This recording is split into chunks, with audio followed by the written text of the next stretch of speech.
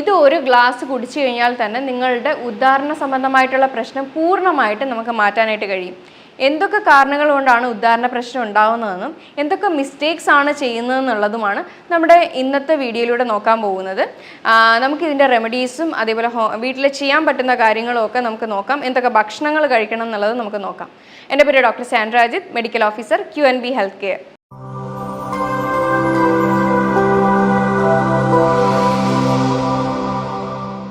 ഒരുപാട് പുരുഷന്മാർ അനുഭവിക്കുന്ന ഒരു പ്രശ്നമാണ് ഉദാഹരണ പ്രശ്നം.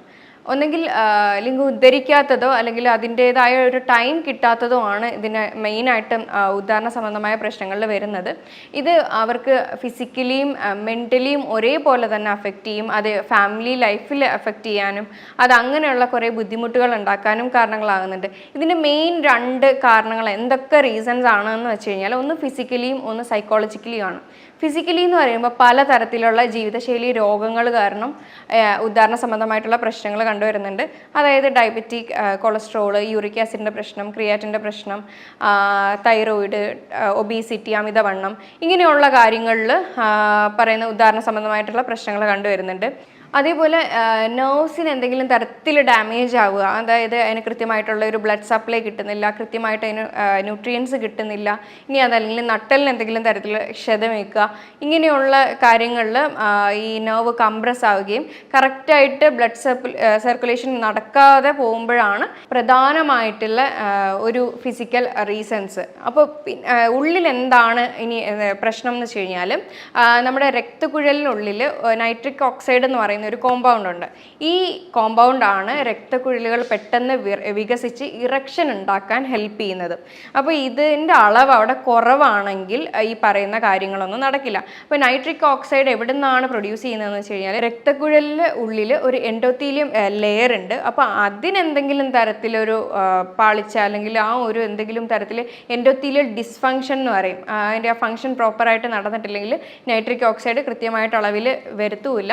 അപ്പോൾ ഇറക്ഷൻ്റെ പ്രശ്നങ്ങൾ ഉണ്ടാവുകയും ചെയ്യുന്നുണ്ട്.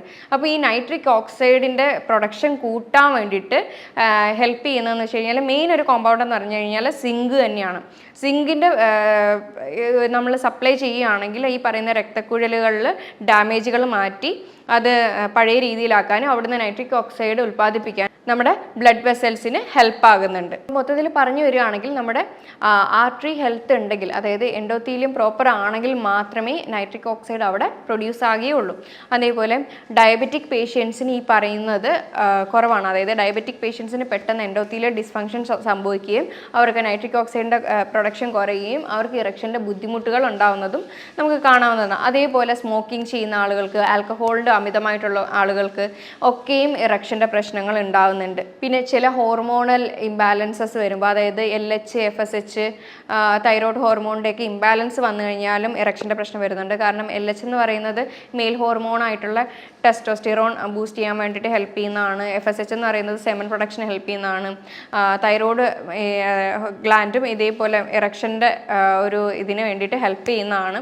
അപ്പോൾ ഇതൊക്കെയും ഡിസ്ഫങ്ഷൻ അല്ലെങ്കിൽ അതിൻ്റെയൊക്കെ ഫങ്ഷൻ പ്രോപ്പർ അല്ല എന്നുണ്ടെങ്കിൽ ഇറക്ഷൻ ബുദ്ധിമുട്ട് ഉണ്ടാക്കുന്നുണ്ട്. അതേപോലെ അമിതവണ്ണമുള്ള ആളുകൾക്ക് ഇറക്ഷൻ്റെ പ്രശ്നമുണ്ട്. Uric acid, creatine, cholesterol, BP, diabetic, ഇങ്ങനെയുള്ള ആളുകൾക്കൊക്കെ തന്നെയും ഈ പറയുന്ന ഇറക്ഷൻ്റെ പ്രശ്നം കാണുന്നുണ്ട്. ചില ആളുകളിൽ മെഡിസിൻ്റെ അമിതമായിട്ടുള്ള ഉപയോഗം മൂലം ഇറക്ഷൻ്റെ പ്രശ്നം വരുന്നുണ്ട്. ചില സൈക്കോട്ടിക് ഡ്രഗ് അല്ലെങ്കിൽ ഓറൽ പിൽസ് ഇങ്ങനെയൊക്കെ കഴിക്കുന്ന സമയത്തും കൃത്യമായിട്ടൊരു ബ്ലഡ് സപ്ലൈ പോകാതെ ഇറക്ഷൻ്റെ പ്രശ്നങ്ങൾ വരുന്നുണ്ട്. ഇനി നോക്കുന്നത് സൈക്കോളജിക്കൽ ഫാക്ടേഴ്സാണ്. സൈക്കോളജിക്കൽ ഫാക്ടറാണ് ഇപ്പോൾ ഒരു പരിധി വരെയും EDക്ക് വരുന്നത്. കാരണം അവർക്ക് ആ ഒരു കോൺഫിഡൻസോ കാര്യങ്ങളോ ഒക്കെ കുറവ് കാരണം ED സംഭവിക്കാറുണ്ട്. ആങ്സൈറ്റി, സ്ട്രെസ്സ്, അതേപോലെ എന്തെങ്കിലും തരത്തിലുള്ള ഡിപ്രഷൻ കാരണം, ഇനി അതല്ല ഒരു പെർഫോമൻസ് ആങ്സൈറ്റി, ഇങ്ങനെയുള്ള കുറേ കാര്യങ്ങൾ കാരണം ED വരുന്നുണ്ട്.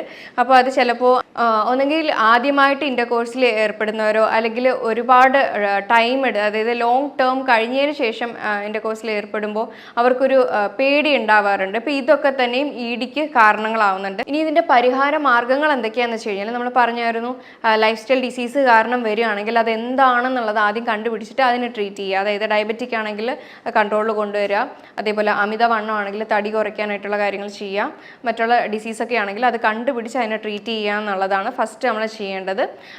അത് കഴിഞ്ഞിട്ടല്ല സ്ട്രെസ്, ആങ്സൈറ്റി, ടെൻഷൻ കാരണമൊക്കെയാണ്, അല്ലെങ്കിൽ പെർഫോമൻസ് ആങ്സൈറ്റി കാരണമാണെന്നുണ്ടെങ്കിൽ, അത് കുറച്ചുകൂടെ സിവിയർ ആയിട്ടുള്ള കണ്ടീഷനൊക്കെ ആണെന്നുണ്ടെങ്കിൽ ഉറപ്പായിട്ടും രണ്ടുപേർക്കും കൗൺസിലിങ്ങും കാര്യങ്ങളൊക്കെ എടുക്കാവുന്നതാണ് ഈ പറയുന്ന കണ്ടീഷന്. ഇപ്പോൾ പുരുഷന്മാർക്ക് മാത്രമല്ല, കൂടെ സ്ത്രീകളെ ഇരുത്തിയും കൗൺസിലിംഗ് ഇപ്പോൾ ചെയ്യാറുണ്ട്. അപ്പോൾ അങ്ങനെയായാലും കൗൺസിലിംഗ് ആയാലും എടുക്കാവുന്നതാണ്. അപ്പോൾ ഇങ്ങനെയുള്ള കണ്ടീഷനൊക്കെ ഓൺലൈൻ കൺസൾട്ടേഷൻസും ഒക്കെ അവൈലബിൾ ആണ്. അപ്പോൾ താഴെ തന്നിരിക്കുന്ന നമ്പറിൽ കോൺടാക്റ്റ് ചെയ്യാവുന്നതാണ്. അതേപോലെ എന്തെങ്കിലും തരത്തിലുള്ള ഫിനാൻഷ്യൽ അല്ലെങ്കിൽ വർക്ക് സ്ട്രെസ്സും കാര്യങ്ങളൊക്കെ ആണെങ്കിൽ അത് സ്ട്രെസ്സ് കുറയ്ക്കാനായിട്ടുള്ള കാര്യങ്ങൾ ചെയ്യുക. യോഗ, മെഡിറ്റേഷൻ പോലെയുള്ള കാര്യങ്ങൾ ചെയ്യുക, ബ്രീത്തിങ് എക്സസൈസ് ചെയ്യുക, പിന്നെ മൈൻഡ് റിലാക്സ് ആവുന്ന രീതിയിലുള്ള എക്സസൈസും കാര്യങ്ങൾ, അല്ലെങ്കിൽ മ്യൂസിക് തെറാപ്പി അങ്ങനെയുള്ള കാര്യങ്ങളൊക്കെ ചെയ്യാവുന്നതാണ്. പിന്നെ അക്യുപങ്ക്ചർ ഇതിൽ നല്ലൊരു ബെസ്റ്റ് ഒരു റെമഡിയാണ്. ഇത്ര ഒരു സെഷൻ എടുക്കുമ്പോഴത്തേക്കും ഇടിക്ക് നല്ലൊരു റിസൾട്ട് കണ്ടുവരുന്നുണ്ട്. അപ്പോൾ ഇതിൻ്റെയൊക്കെ ഡയറ്റ് നോക്കുകയാണെങ്കിൽ നമുക്ക് പ്രധാനമായിട്ടും കഴിക്കേണ്ടതെന്ന് വെച്ച് കഴിഞ്ഞാൽ വാട്ടർ കണ്ടന്റ് ധാരാളമായിട്ട് അടങ്ങി ഫ്രൂട്ട്സും വെജിറ്റബിൾസും തന്നെയാണ്. അതായത് കുക്കുംബർ, ക്യാരറ്റ്, കക്കിരി, ബോട്ടിൽ ഗാർഡ്, സ്നേക്ക് ഗാർഡ്, ഇതൊക്കെ തന്നെയും കഴിക്കാം. വാട്ടർമെലൺ, അതേപോലെ പൊമഗ്രാനൈറ്റ്, ഡാർക്ക് ചോക്ലേറ്റ്, ഇതിന് ഏറ്റവും ബെറ്റർ ആയിട്ടുള്ള കുറച്ച് ഭക്ഷണങ്ങളാണ്. പിന്നെ ബനാന, ഓട്സ്, ഇതൊക്കെ തന്നെയും നല്ലതാണ് ഈ പറയുന്ന ഉദാഹരണ സംബന്ധമായിട്ടുള്ള പ്രശ്നങ്ങൾക്ക്. നമ്മൾ ഡയറ്റിൽ നോക്കുകയാണെങ്കിൽ നൈട്രിക് ഓക്സൈഡ് റിച്ച് ആയിട്ടുള്ള ഭക്ഷണങ്ങൾ കൂടുതൽ എടുക്കുക എന്നുള്ളതാണ്. അതായത് ലീഫി ഗ്രീൻസ് എടുക്കുക, അതായത് പച്ച കറികളാണ്.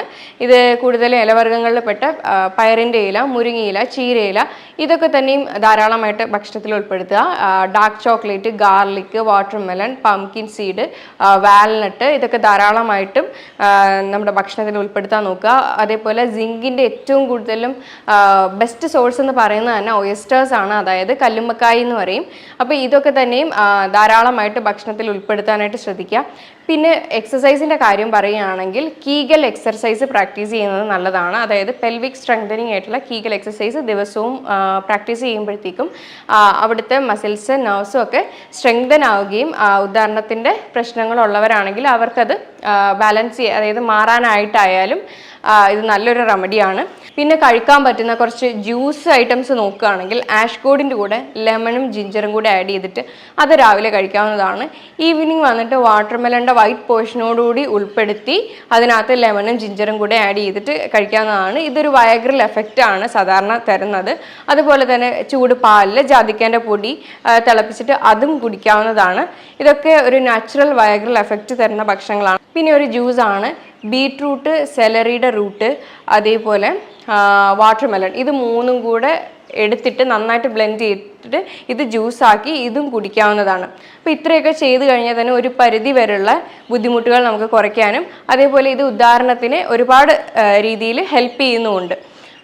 മറ്റുള്ള എന്തെങ്കിലും സൈക്കോളജിക്കൽ പ്രശ്നമാണ്, അതല്ലെങ്കിൽ എന്തെങ്കിലും തരത്തിൽ കൗൺസിലിംഗ് വേണ്ടുന്ന ഒരു ഇഷ്യൂ ആണെങ്കിൽ ഉറപ്പായിട്ടൊരു കൗൺസിലിംഗ് എടുത്തു കഴിയുമ്പോൾ തന്നെ ആ ഒരു ബുദ്ധിമുട്ടുകളും മാറുന്നതാണ്. അപ്പം ഞാൻ ഈ പറഞ്ഞ കാര്യങ്ങളിൽ എന്തെങ്കിലും ഡൗട്ട് ഉണ്ടെങ്കിൽ താഴെ തന്നിരിക്കുന്ന നമ്പറിൽ കോൺടാക്ട് ചെയ്യാവുന്നതാണ്. ഈ മറ്റൊരു ഹെൽത്ത് ടോപ്പിക്കുമായിട്ട് വീണ്ടും കാണാം. Thank you.